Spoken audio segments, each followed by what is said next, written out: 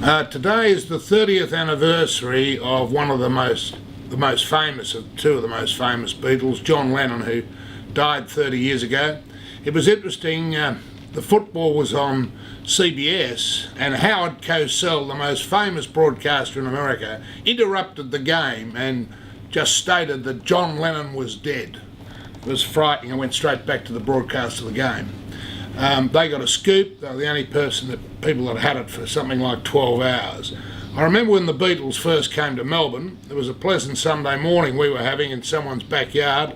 I was playing for old Carey. I was a young man, and then all of a sudden we went and watched this on the television. It was just unbelievable to see all these people at the Southern Cross screaming and going mad. They certainly had a dramatic impact on the world of entertainment. We're in Back Place today to celebrate or commemorate John Lennon's 30th anniversary death. We have here Bill McCarg, well-known Melbourne property guru will do today, who bought John Howard's election defeat back in 1997. Bill, where were you 30 years ago when John Lennon died? I can't quite remember, Peter, but I do remember I was sadly disappointed by the event. He was an amazing intellect, and some of the music he was responsible for, particularly Imagine, is that which your is favourite? my favourite. That is my favourite. Yeah, it's very eloquent, and anyway, 30 years ago. 30 years, shows how and how quickly it goes. Anyway, thanks for the interview. Here we have Sue, our favourite Aussie Post service customer, who's on her way down Bank Place. Where were you 30 years ago when John Lennon died, and how did you feel about his... I was driving up St George's Road in Northcote, and I heard it on my car radio, or Mum's car radio at the time. I was only probably 17. Upset? Yes, felt very sad, yes. I remember it quite vividly. And what was your favourite John Lennon song? Probably not a John Lennon song, but the Beatles song, In My Life. In My Life, there we go. Well, thanks very much, sir.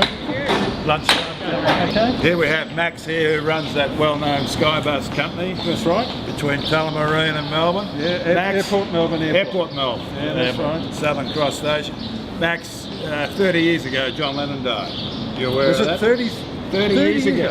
I would have been 33. 33, so you can't remember exactly. Your mother will probably remind you. Yeah, 30 years ago. Yeah, you got murdered by the chap. Yes, I remember all that. Yeah. And I was with Ansett, and in those days, and I was flying around. Yeah, 30 years ago. How about that? Well, and Ansett's not even there either.